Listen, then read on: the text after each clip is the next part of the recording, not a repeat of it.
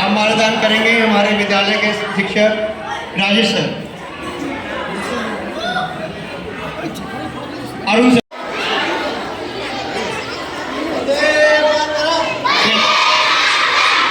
Shweta ma'am. জন্মজয়ন্তীতে Pallimangal club উদ্যোগে আজকে দেশনায়ক সুভাষচন্দ্র বোসের জন্মজয়ন্তী পালন করা হলো।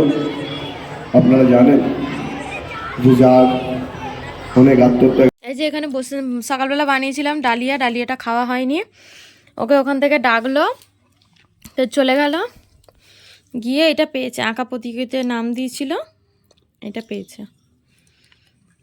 সান্ত্বনা পুরস্কার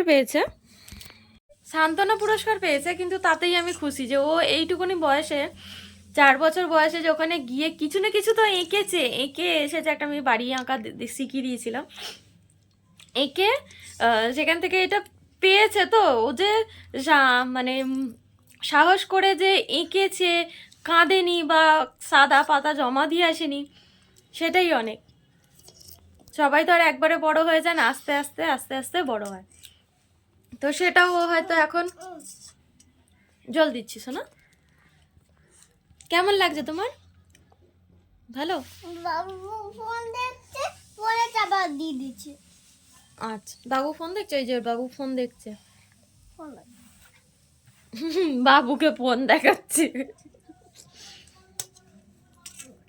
আমি এতেই খুশি, যেইটুকুনি হোক। দেখো, সবাই একবারে বড় হয়ে যায় না, আস্তে আস্তে হয়। তো ওর মনে ইচ্ছাটাই আমার কাছে বলবো বড়। ও যে করে এসেছে, এই 4 বছর বয়সে যে বসে করে এসেছে, এই একটা জিনিস নিয়ে এসেছে ঘরে। তো এটাই আমার কাছে অনেক, সব থেকে বড় পাওয়া।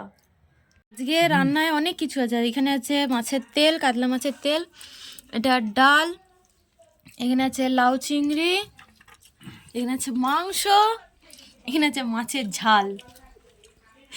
কি হয়েছে আজকে আমাদের ঘরে? মা অন্নপূর্ণা কি বলে একবার বলো? অন্নপূর্ণা উজাড় করে এসেছে।